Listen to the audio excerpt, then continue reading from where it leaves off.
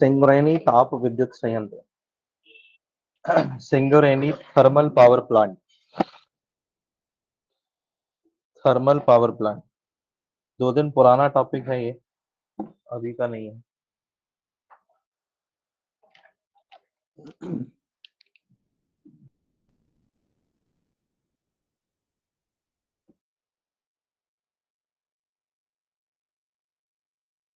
क्या कहता है, ये कहता है the Singareni thermal power plant, short form में हमने इसको लिखा है STPP, that is Singareni thermal power plant, is a coal fired power station in the Pegadapalli village, Pegadapalli village in Telangana in the district of Mancherial. Telangana के मंचेरियाल जिले में स्थित पेगड़ापल्ली गांव के पास क्या है, सिंगरेनी थर्मल पावर प्लांट यानी सिंगरेनी ताप विद्युत संयंत्र। ताप विद्युत संयंत्र है तो माने क्या है, थर्मल पावर प्लांट है तो माने क्या है, क्या करता है ये, थर्मल पावर प्लांट में क्या होता है, हाँ क्या होता है, इलेक्ट्रिसिटी कैसे प्रोड्यूस होती है, electricity production by using what, coal, हाँ बाय यूजिंग कोल, और थर्मल एनर्जी, तापीय ऊर्जा कहते हैं ना इसको, आया ना। यानी ताप विद्युत संयंत्र है तो क्या हो गया, ताप विद्युत संयंत्र है तो माने जहां तापीय ऊर्जा से विद्युत ऊर्जा का निर्माण किया जाता है। किससे, तापीय ऊर्जा के लिए किसकी आवश्यकता होती है, कोयले को जलाने की, तापीय ऊर्जा से विद्युत ऊर्जा बनाई जाती है। जिनको नहीं पता हो वो लिख लेना। The power plant has an installed capacity of 1200 megawatt, इसकी टोटल कैपेसिटी कितनी है, ये 1200 मेगावाट की विद्युत पैदा कर सकता है। इसके 2 यूनिट्स यानी 2 इकाइयां कार्यरत हैं 600 मेगावाट के, and is operated by the Singareni Coleridge company. ये किस कंपनी के द्वारा संचालित किया जाता है, सिंगरेनी कॉलरीज कंपनी के नाम से लिख लेना।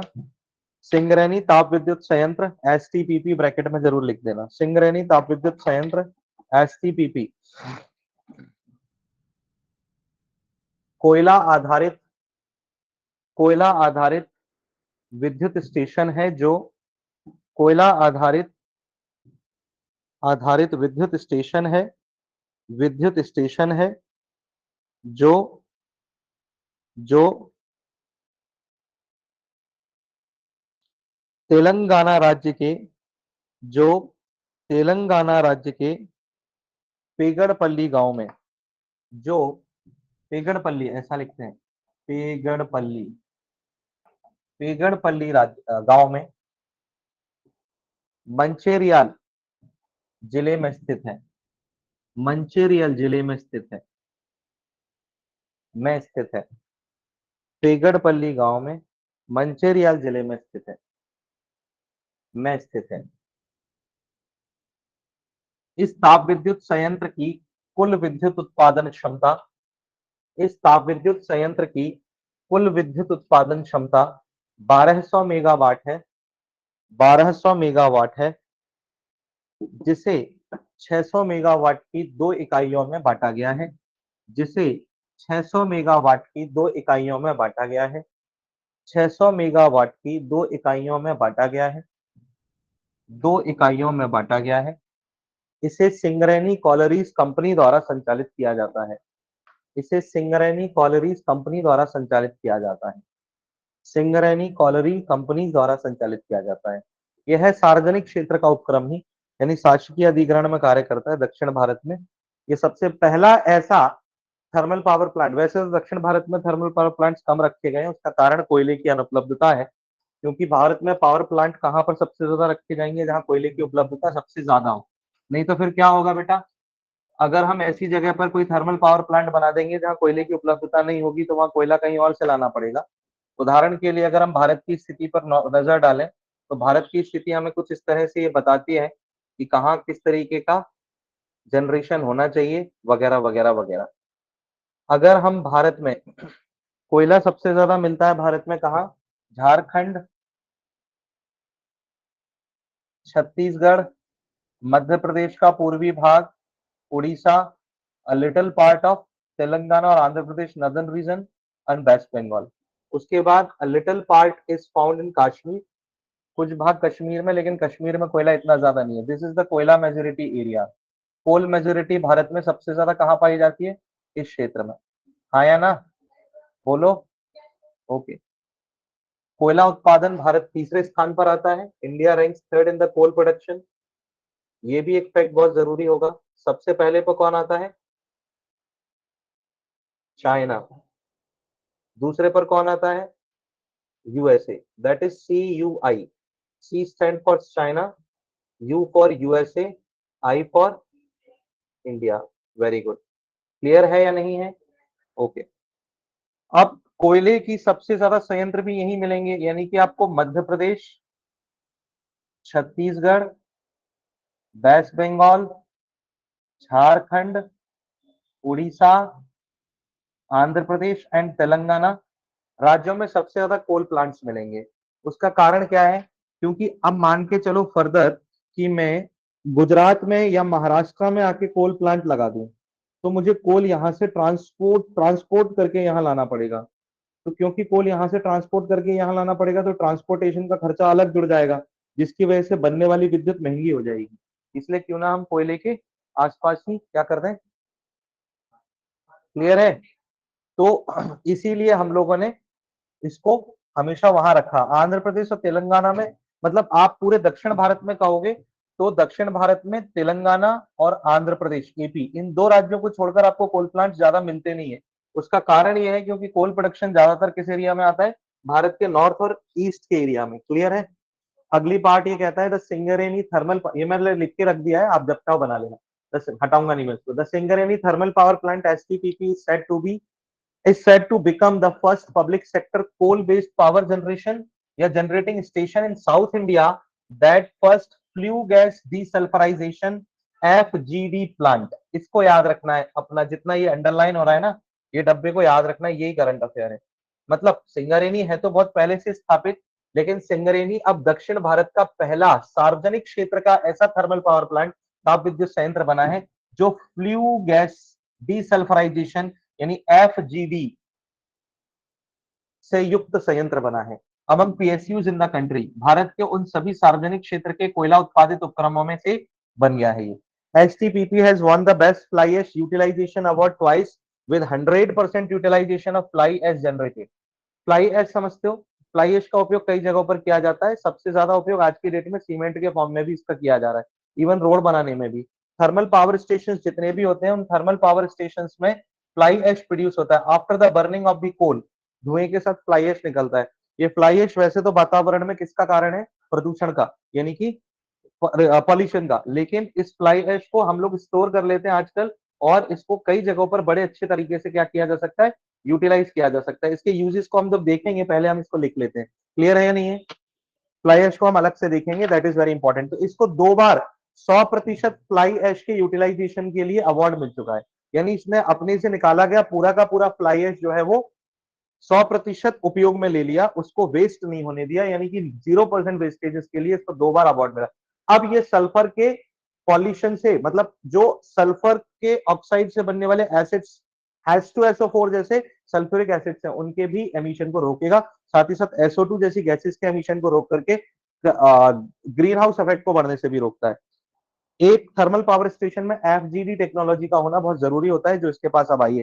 ये दक्षिण भारत का पहला सार्वजनिक क्षेत्र का उपक्रम बना है जिसके पास FGD टेक्नोलॉजी है। लिखना, सिंगरेनी ताप विद्युत संयंत्र, सिंगरेनी ताप विद्युत संयंत्र दक्षिण भारत में पहला ऐसा सार्वजनिक क्षेत्र, दक्षिण भारत में पहला ऐसा सार्वजनिक क्षेत्र का उपक्रम बन गया है।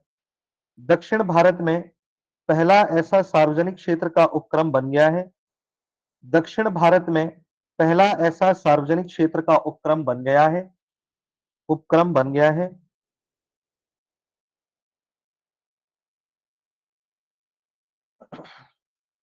जिसमें फ्लू गैस डीसल्फराइजेशन वहां लिखा हुआ है, चाहे तो हिंदी की जगह इंग्लिश में लिख लो, FGD, flu gas desulphurisation, flue gas desulphurisation. तकनीक स्थापित की गई है, तकनीक स्थापित की गई है।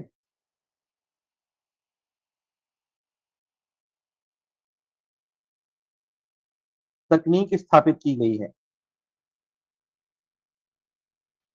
इस ताप विद्युत संयंत्र को, इस ताप विद्युत संयंत्र को 2 बार 100%, 2 बार 100% फ्लाई ऐश के 100%, 2 बार 100% फ्लाई ऐश के उपयोग के लिए पुरस्कृत किया जा चुका है। 2 बार फ्लाई ऐश के उपयोग के लिए, फ्लाई ऐश के उपयोग के लिए पुरस्कृत किया जा चुका है।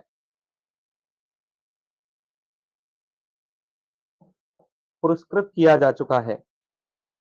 लाइन चेंज करना, हेडिंग देना फ्लाई ऐश। वैसे नाम इंग्लिश में ही लिखो, हिंदी वाले भी कुछ इसी तरीके से, चाहो तो देवनागरी में उसका नाम जोड़ दो और ऐसे लिख दो, क्योंकि अच्छा नहीं लगता अगर हम इसको ट्रांसलेट करके उड़न राख लिखें।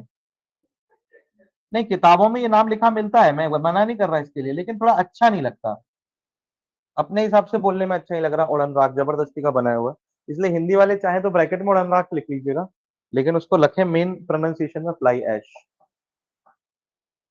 बोलूं? ओके, इसमें लिखना फ्लाई ऐश कोयला अथवा अन्य जीवाश्म तत्वों को जलाने से निर्मित होती है। फ्लाई ऐश कोयला अथवा अन्य जीवाश्म तत्वों को जलाने से निर्मित होती है। Fly ash is produced by burning, fly ash is produced by burning, is produced by burning the coal and other fossils, coal and other fossils and other fossils. It is made up of very tiny particles. ये बहुत महीन कणों से बनती है। It is made up of very tiny particles. It is made up of very tiny particles. ये बहुत महीन कणों से मिलकर बनती है, मिलकर बनती है। किसी कोयला संयंत्र में, इन एनी कोल प्लांट, किसी कोयला संयंत्र में, in any coal plant, in any coal plant, after the burning of coal, कोयले के जलने के बाद, after the burning of coal, कोयले के जलने के बाद, the lightest particles are, the lightest particles are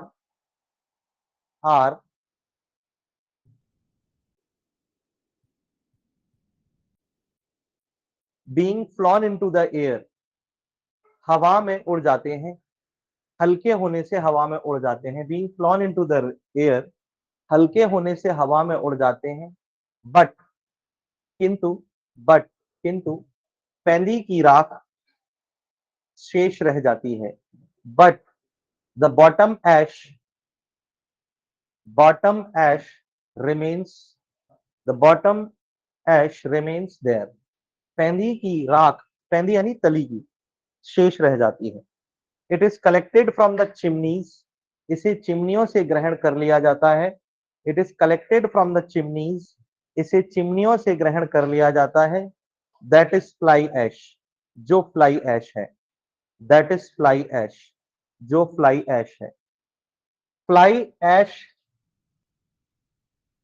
includes the majority of silicon dioxide and calcium oxide.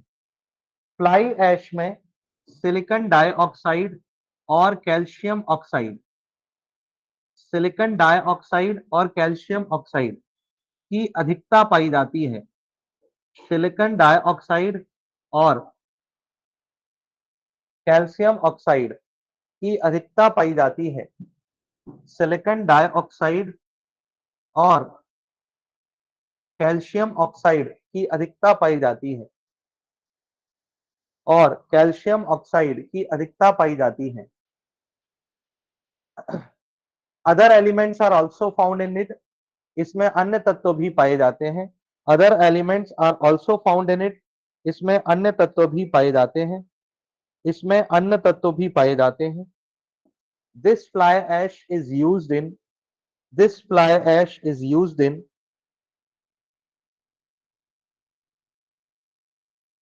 Constructing roads as cement, constructing roads as cement, cement के रूप में सड़क बनाने में, सीमेंट के रूप में सड़क बनाने में, कमा इन मेटल रिकवरी, मेटल धातु रिकवरी में, इन मेटल रिकवरी धातु रिकवरी में, इन mineral filler, mineral filler FILLER, mineral filler में, हिंदी वाले भी ऐसे, मिनरल यानी कि खनिज फिल करने में, मिनरल फिलर एटसेट्रा आदि में इनका प्रयोग किया जाता है, एटसेट्रा आदि में इनका उपयोग किया जाता है। Line change. The particles of fly ash के कण, the particles of fly ash के कण are poisonous air pollutants, are poisonous air pollutants, जहरीले वायु प्रदूषक हैं, आर पॉइजनस एयर पॉल्यूटेंट्स, जहरीले वायु प्रदूषक हैं। These can cause cancer, heart stroke, these can cause cancer, heart stroke, cancer, heart stroke, respiratory syndromes etc, respiratory syndromes etc। इनसे cancer, हृदय आघात और श्वसन संबंधी रोग हो सकते हैं, कैंसर, हृदय आघात और श्वसन संबंधी रोग हो सकते हैं, और श्वसन संबंधी रोग हो सकते हैं, हो सकते हैं। इसलिए इसे कलेक्ट करना हमारे लिए बहुत अच्छा है, मतलब ये वायु प्रदूषण को भी रोक देता है। लेकिन इसके बाद भी एक चीज रह जाती है, दैट इज फ्लू गैस। ये फ्लू गैस वो थी उड़ गई थी, ये तो वो थी जो चिमनी में चिपकी रह गई थी, तो उसे हमने क्या कर लिया, कलेक्ट।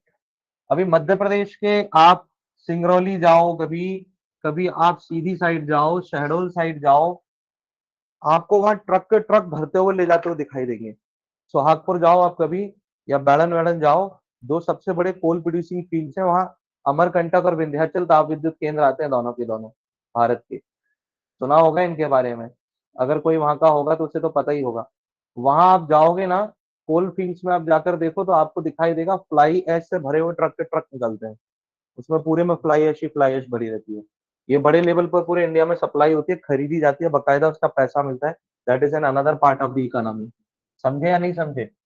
वहां की बस जेंट्री खराब है, नहीं तो उस क्षेत्र में इतना पैसा है ना कि मध्य प्रदेश भारत का सबसे अमीर राज्य में से एक बन जाए। ये जो पूरा बघेली क्षेत्र है, अगर जेंट्री सुधर जाए वहां की। लाइन चेंज करो, आगे बढ़ेंगे। देखो हो क्या रहा है बेसिकली, अब फ्लू गैस का सिस्टम क्या है, फ्लू गैस का सिस्टम किस तरीके से काम कर रहा है। जब हम भट्टी में कोयले को जलाते हैं, मतलब एक फर्नेस है, एक फर्नेस जैसे ही है ना थर्मल पावर स्टेशन, तो उसमें क्या कर रहे हैं, हम कोयले को जला रहे हैं। तो कोयले को जला रहे हैं तो बेसिकली कोयले को जलाने पर सल्फर निकलती है। क्या निकलती है? सल्फर निकलती है। ये उस भट्टी में ऑक्सीजन से रिएक्ट करती है और क्या बना देती है? सल्फर डाइऑक्साइड बना देती है। अच्छा, ये जो सल्फर डाइऑक्साइड होती है, ये आगे रिएक्शन देती है। ये क्या करती है? ये आगे रिएक्शन देती है, हाँ या ना? और ये आगे ऑक्सीजन से रिएक्ट करती है और ये क्या क्या बनाएगी? SO3 बना देगी। क्या बना देगी? SO3 बना देती है। क्लियर है?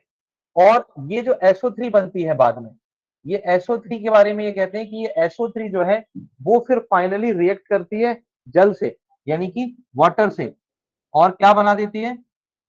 H2SO4 बना देती है। ये क्या बना लेती है? ये H2SO4 बना देती है।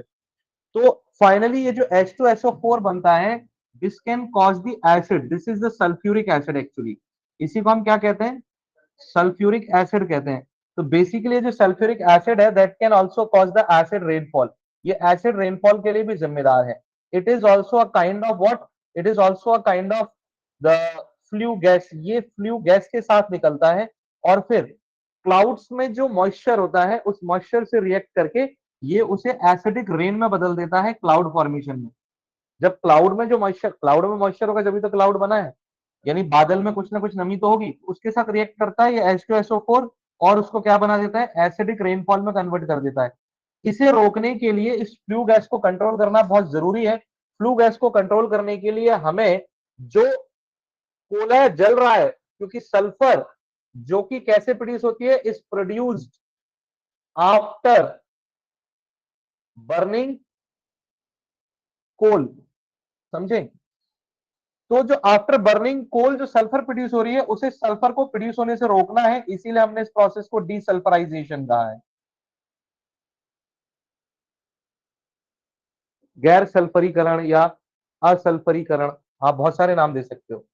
डीसल्फराइजेशन का मतलब क्या है, तो ये एफ जीडी क्या है, बेसिकली जो फ्लू गैस के लिए बनाया जाने वाला प्लांट है, वो फ्लू गैस डीसल्फराइजेशन कर रहा है, इसलिए उसको एफजीडी कहा गया है। बात समझे नहीं समझे। दैट एफजीडी जिसके बारे में हम सुन रहे हैं, that is flu gas desulphurisation, यानी कि ये जो फ्लू गैस बन रही है, उस फ्लू गैस में बनने वाले सल्फर को बनने से रोकना, यानी उसको डीसल्फराइज करके H2SO4 तक पहुंचने से रोकना है, to reduce making of the H2SO4 और to avoid making of the H2SO4 during the coal burning in the thermal power station is called FGD. इसी को हम क्या कहते हैं, एफजीडी।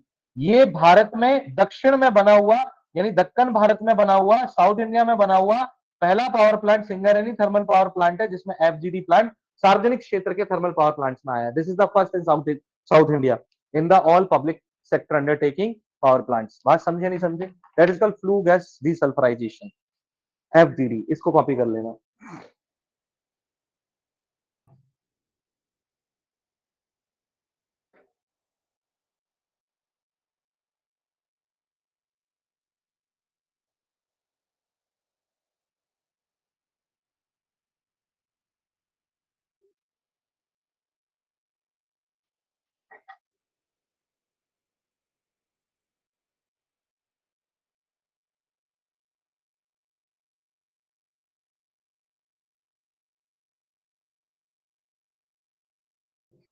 सॉरी, इसको हाइड्रोजन से रिएक्ट कराना था। H2O O2 से करा, SO3 प्लस H2 अलग निकल जाएगा, एक गैस बाई प्रोडक्ट में, H2 गैस।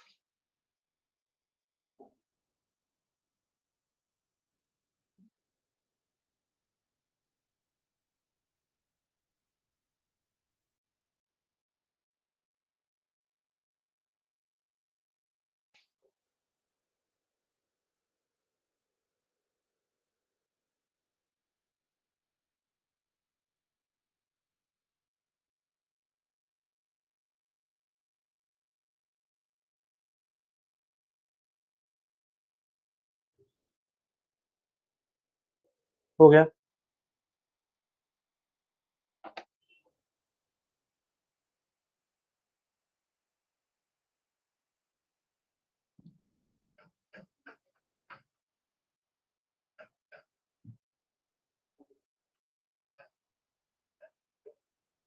हेडिंग दे देना FGD, flue gas desulphurisation, flue gas desulphurisation, flue gas desulphurisation, desulphurisation.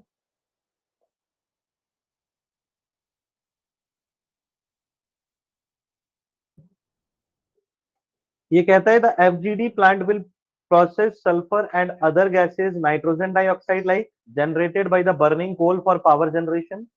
FGD plants remove sulfur dioxide from the flue gas before it is released into the atmosphere, thereby reducing its impact on the environment. FGD systems are classified as wet or dry depending on the stage in which the flue gas reaction occurs. ये flue gas reaction gaseous state में भी हो सकती है और liquid state में भी हो सकती है. लिख लेना.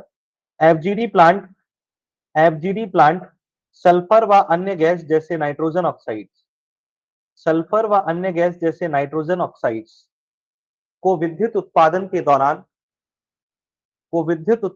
दौरान कोयले के जलने से निर्मित होने पर प्रसंस्कृत करता है. को विद्युत उत्पादन के दौरान कोयले के जलने से निर्मित होने पर प्रसंस्कृत करता है. ये फ्लू गैस में से सल्फर डाइऑक्साइड को उत्सर्जित होने के पहले बाहर निकालता है या पृथक कर देता है. ये फ्लू गैस में से सल्फर डाइऑक्साइड को उत्सर्जित होने के पहले पृथक कर देता है और पर्यावरण को बचाता है. और पर्यावरण को बचाता है. एफजीडी प्रणाली दो प्रकार की होती है. आर्द्र और शुष्क. एफजीडी प्रणाली दो प्रकार की होती है, आर्द्र और शुष्क. ये उसकी परिस्थिति पर निर्भर करती है. आर्द्र और शुष्क ये उसकी अपनी परिस्थिति पर निर्भर करेगी. लाइन चेंज करना, आगे बढ़ना.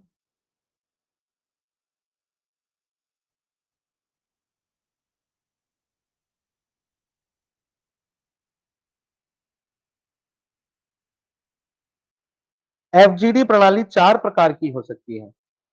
इस आधार पर एफजीडी प्रणाली चार प्रकार की हो सकती है. अगर वेट सिस्टम्स की बात करें तो इसमें दिखाई देता है wet FGD systems are liquid absorbents, spray dry absorbers, SD are semi dry systems consisting of a solution containing a small amount of water and circulating. Dry scrubbers are either dry or semi dry systems. Dry sorbent injections, DSI injects dry sorbent directly into the furnace or into the ductwork after it has been fired into the furnace. The gypsum produced by the FGD plant. FGD plant में gypsum बनता है वो नीचे फेंक दिया जाता है. Will be used in the fertilizer, cement, paper, textile and construction industries. उसका भी अपना यूज है. जिप्सम मिला हुआ सीमेंट सबसे ज्यादा उपयोग में लाया जाता है. सीमेंट के अपने अपने वैरायटीज होते हैं, आपने सुना होगा शायद. एक M10 वैरायटी होता है, एक M20 वैरायटी होता है, एक M50 वैरायटी होता है. सीमेंट के अपने अपने वैरायटीज होते हैं based on the components added to it. अलग अलग चीजों में अलग अलग तरीके का सीमेंट उपयोग किया जाता है. जब बिल्डिंग बनानी है तो सीमेंट की अलग वैरायटी यूज की जानी है. जब रोड बनानी है तो सीमेंट की अलग वैरायटी यूज की जानी है. कोई ब्रिज बनाना है तो सीमेंट की अलग वैरायटी यूज की जाती है. अलग अलग वैरायटीज यूज की जाती हैं. ये चीजें आम आदमी के पास नहीं होती. आम आदमी को सिर्फ यही पता होता है कि cement either is of ACC और द बांगर और द अल्ट्राटेक. उसके अलावा और कोई सीमेंट नहीं होता. आम आदमी को ये सब नहीं पता होता है. लिखना जरा. There are four types of FGD system. FGD प्रणाली चार प्रकार की है. पहला wet FGD system. Wet FGD system यानी वेट एफजीडी प्रणाली जो कि वेट एफजीडी प्रणाली जो कि द्रव अवशोषक का उपयोग करता है. द्रव अवशोषक मतलब SO2 सल्फर डाइऑक्साइड को किसमें अवशोषित कर लिया जाता है? लिक्विड में. द्रव अवशोषक का उपयोग करता है. दूसरा होता है spray dry absorbers. Semi dry systems में आता है. स्प्रे ड्राई एब्जॉर्बर्स ब्रैकेट में लिखना SDA. ये अर्ध शुष्क प्रणाली है. अर्ध शुष्क प्रणाली है जिसमें जल के साथ एक विलयन उपयोग किया जाता है, जिसमें जल के साथ एक विलयन उपयोग किया जाता है। विलयन, किसी चीज का विलयन रखा जाता है, इसमें विलयन उपयोग किया जाता है। दूसरा है circulating dry scrubbers. Circulating dry scrubbers CDS. Circulating dry scrubbers CDS तीसरा है। ये शुष्क और अर्ध शुष्क प्रणाली हो सकती है, दोनों हो सकती है, शुष्क भी और अर्ध शुष्क भी, ड्राई भी और सेमी ड्राई भी, शुष्क और अर्ध शुष्क प्रणाली हो सकती है। और चौथा लास्ट है dry sorbent injection, DSi, that is dry sorbent injection, DSi, शुष्क अवशोषक इंजेक्शन, वैसे इंग्लिश में लिखो DSi, dry sorbent injection, injects dry sorbent directly into the furnace. ये फर्नेस, फर्नेस यानी भट्टी जिसमें कोयला जलता है ना, फर्नेस ही लिख लेना या भट्टी लिखना तो लिख लेना। ये भट्टी में एक शुष्क अवशोषक को इंजेक्ट करता है, शुष्क अवशोषक को इंजेक्ट करता है।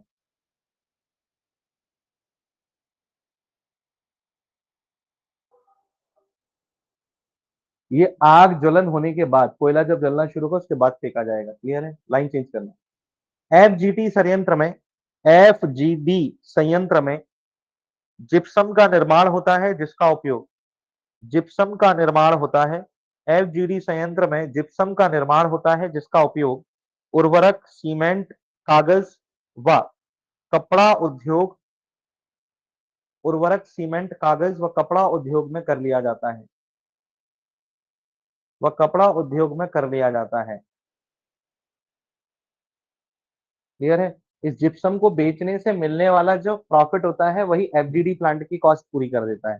तो एफजीडी प्लांट में ऐसा भी नहीं है कि एफजीडी प्लांट जो है वो आपके ज्यादा महंगा पड़ेगा या घाटे का सौदा होगा। अब वो लगा है तो उससे प्रोड्यूस होने वाली सारी चीजें वेस्ट मटेरियल के फॉर्म में भी आपको कोई ना कोई, क्लियर है? अब जैसे हमने लिखा था, आपको एक बात समझ में तो नहीं आई होगी, लेकिन तुमने नहीं पूछा तो मैंने नहीं बताया, लेकिन मुझे लगता है मुझे बता देना चाहिए तुमको कि मैंने वहां लिखवाया फ्लाई ऐश का एक उपयोग मिनरल फिलर में भी होता है। तो मिनरल फिलर का मतलब ये होता है जैसे फर्टिलाइजर्स में जिप्सम ऐड करने का काम, वो एक तरीके का मिनरल फिलर ही हो गया। खनिजों में दूसरे खनिज जोड़ देने को हम मिनरल फिलिंग कहते हैं। तो उस मिनरल फिलर में भी फ्लाई ऐश का उपयोग किया जाता है। क्वेश्चन देख लेना। सिंगरेनी तापविद्युत संयंत्र के संबंध में निम्नलिखित कथनों पर विचार कीजिए। Consider the following written statements in relation with Singareni thermal power plant, in relation with Singareni thermal power plant.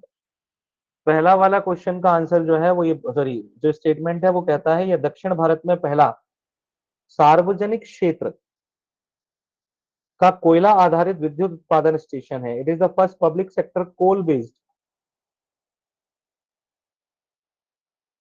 Power generating station in south India. पूरा स्टेटमेंट नहीं इसलिए गलत हो जाता है, which is using the FGD. यह देश के सार्वजनिक उपक्रमों में पहला फ्लू गैस डीसल्फराइजेशन संयंत्र है। This is the first flu gas desulphurisation plant in the PSUs of the country. हाँ, सार्वजनिक उपक्रमों में ये पहला, ये सही। उत्पन्न फ्लाई ऐश के 100% उपयोग के साथ सिंगरेनी तापविद्युत संयंत्र ने 2 बार सर्वश्रेष्ठ फ्लाई ऐश उपयोग पुरस्कार जीता है।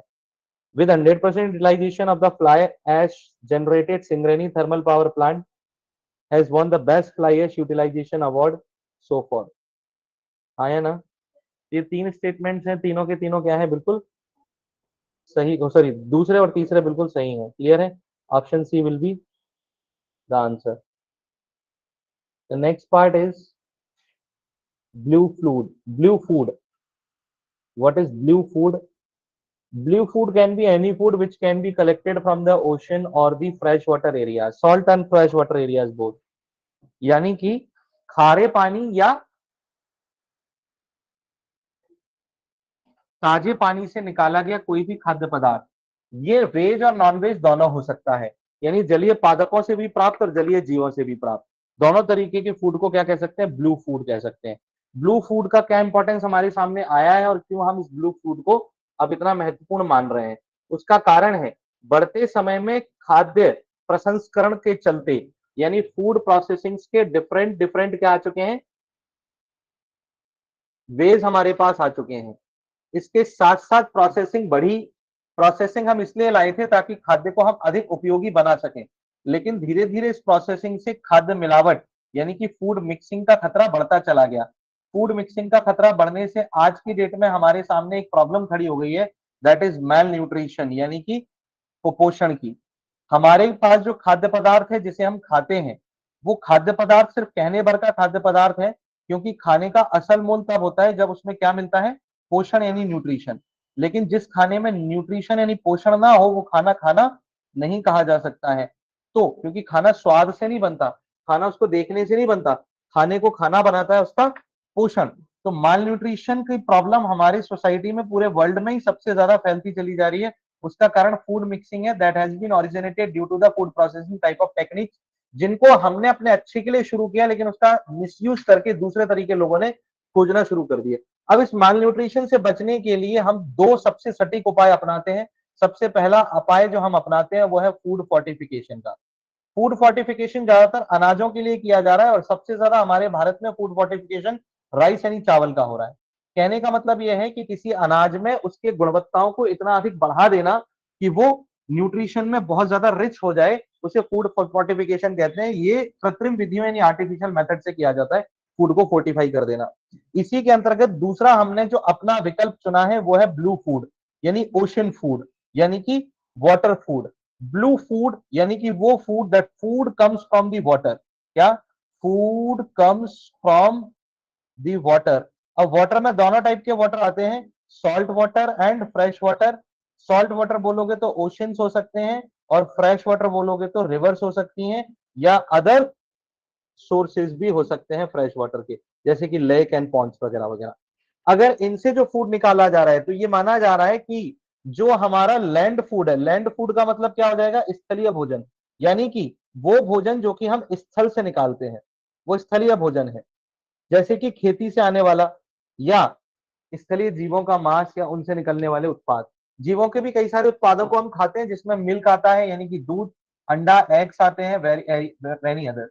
मतलब सिर्फ जानवरों को ही नहीं खाते, जानवरों के उत्पादों को भी तो हम खाते हैं ना। तो स्थलीय भोजन उसी का है। But as compare to the nutrition, मतलब अगर हम न्यूट्रिशन के स्तर पर यानी पोषण के स्तर पर दोनों की तुलना करते हैं तो हमें पता चलता है कि जो ब्लू फूड है उसका फोर्टिफिकेशन सॉरी उसका न्यूट्रिशनल वैल्यू जो है वो लैंड फूड से बहुत ज्यादा होता है। तो क्यों ना हम लैंड फूड के कंपैरिजन में ब्लू फूड पर भी थोड़ी आश्रितता दे दें, ताकि लैंड फूड से जो लैक ऑफ न्यूट्रिशन हमें मिल रहा है वो lack of nutrition blue food को खाने की वजह से न्यूट्रिशनल बैलेंस में कन्वर्ट हो जाए।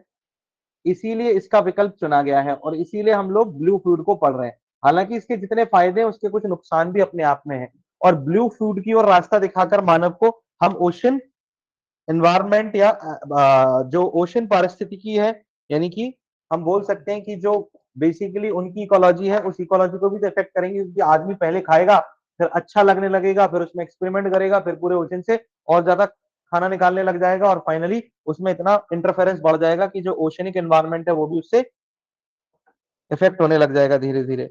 तो आगे के लिए तो कुछ कह नहीं सकते, लेकिन अभी के लिए जो ये कहता है वो ये कहता है that blue foods are the food derived from the aquatic animals, plants और algae that are found in fresh water and marine environments। मतलब जो नीला भोजन है वो नीला भोजन दरअसल वो भोजन है जो कि हम जलीय जीवों, पादपों या शैवालों से प्राप्त करते हैं। ये ताजे जल और खारे जल दोनों से प्राप्त किया जा सकता है। Blue food can help reduce nutritional deficiencies and contribute to increase employment and export revenue in India as well. भारत के पास बहुत बड़ी संख्या में ब्लू फूड यानी नीले भोजन को उत्पादित करने की क्षमता यानी कैपेसिटी है, और इतनी अच्छी प्रोडक्शन कैपेसिटी से ये डेफिनेटली एक्सपोर्ट भी बढ़ाएगा जिससे रेवेन्यू बढ़ेगा। Blue food is important to economies, livelihoods, nutritional security and the cultures of people in many countries। कई सारे देशों में इसको इस्तेमाल में लाया जा रहा है। क्लियर है या नहीं है? They supply protein for more than 3.2 billion people, are the major source of nutrition in many coastal, rural and indigenous communities, as well as supporting the livelihood of more than 800 million people, most of whom live in small scale system। छोटे जीवन जीने वालों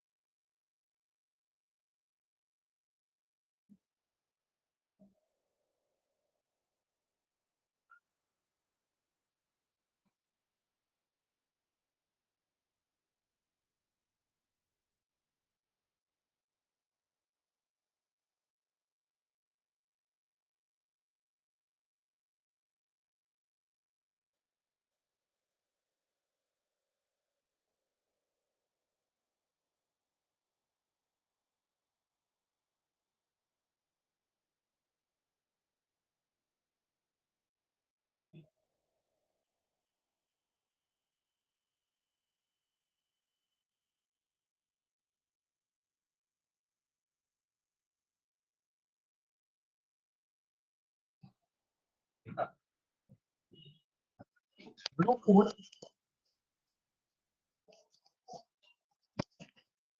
जलीय जीवों comma पादपों, blue food जलीय जीवों comma पादपों, जलीय जीवों कौमा पादपों, पादपों या शैवालों से प्राप्त किया जाता है, या शैवालों से प्राप्त किया जाता है। ये खारे तथा ताजे दोनों जलों में पाया जाता है। ये खारे तथा ताजे दोनों जलों में पाया जाता है। इस भोजन में पोषण की अधिकता होती है। इस भोजन में पोषण की अधिकता होती है। इसके साथ ही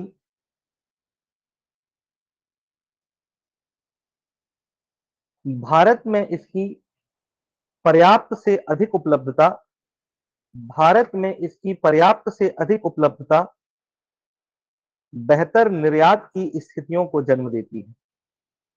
बेहतर निर्यात की स्थितियों को जन्म देती है। बेहतर निर्यात की स्थितियों को जन्म देती है। विश्व के अनेक देशों में, विश्व के अनेक देशों में पोषण सुरक्षा, जीविकोपार्जन, पोषण सुरक्षा, जीविकोपार्जन व अनेक संस्कृतियों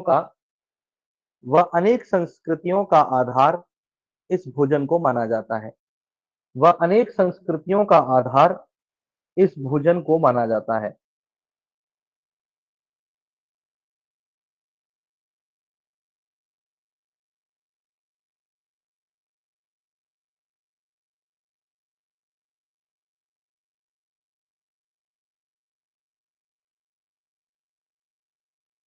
छोटे पैमाने पर जीवन जीने वाली जनसंख्या के लिए, छोटे पैमाने पर जीवन जीने वाली जनसंख्या के लिए, पैमाने पर जीवन जीने वाली जनसंख्या के लिए यह भोजन एक महत्वपूर्ण स्रोत है। यह भोजन एक महत्वपूर्ण स्रोत है। यह भोजन एक महत्वपूर्ण स्रोत है। एक महत्वपूर्ण स्रोत है। Its another benefits as compared to the land food is, स्थलीय भोजन की तुलना में, its another benefits as compared to the land foods is, स्थलीय भोजन की तुलना में इसके अन्य लाभ यह हैं, it is a rich source of vitamin B12 and omega 3।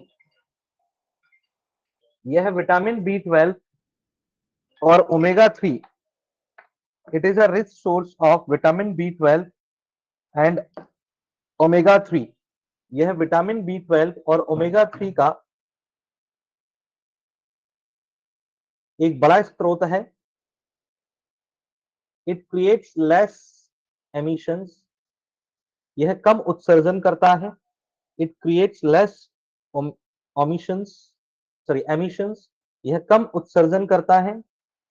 कम उत्सर्जन करता है।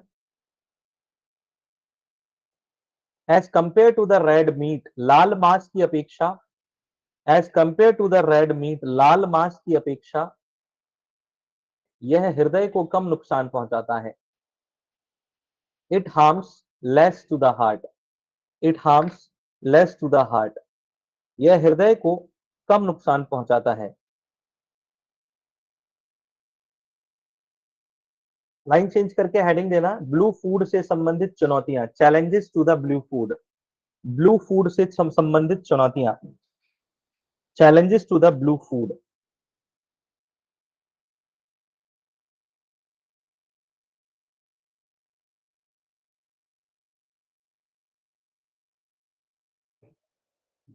इसमें लिखता है, the water pollution is the principal cause of declination of the blue food. Water pollution is the principal cause of declination of the blue food.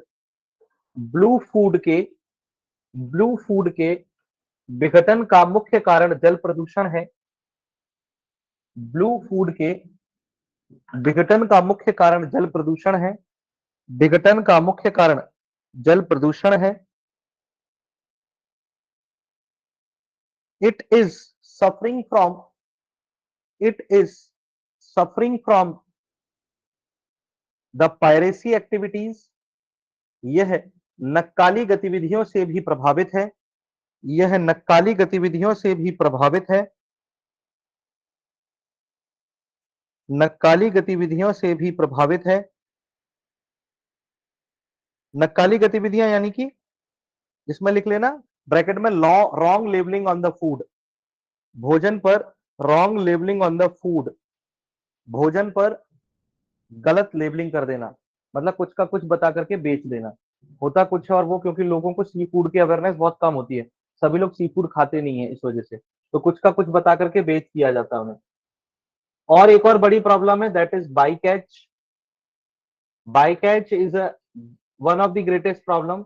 इसका मतलब होता है कि मछली पकड़ने के लिए जो जाल बिछाया जाता है उसमें आकस्मिक रूप से स्पॉन्टेनियसली किसी मछली को पकड़ने की जगह पर कुछ ऐसी मछलियां भी पकड़ में आ जाती हैं जो विलुप्ति की कगार पर हैं, क्योंकि पकड़ते समय ध्यान नहीं रहता कि कौन होती है, और उसके बाद उस प्रॉब्लम से जूझना बहुत बड़ी समस्या बन गया है। So bycatch is also a big problem in this. इसकी एक महत्वपूर्ण समस्या बाय कैच की है, गलत मछलियां पकड़ लेना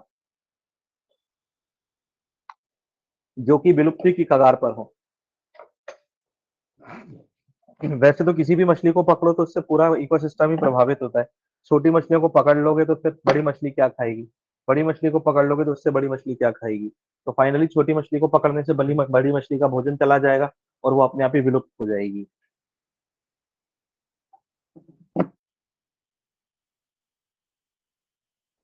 क्वेश्चन देख लेना।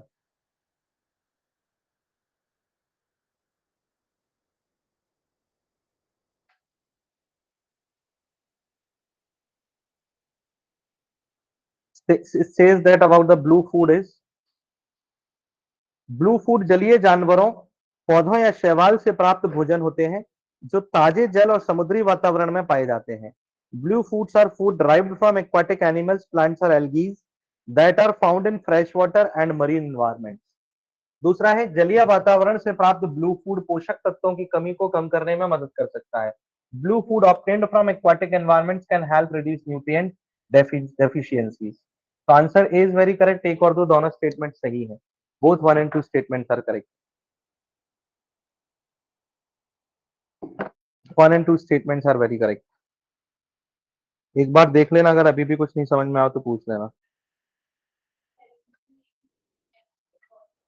थोड़ा जोर से बोलो, मुझे सुनाई कम दे रहा है। क्या कॉस्टली होगा?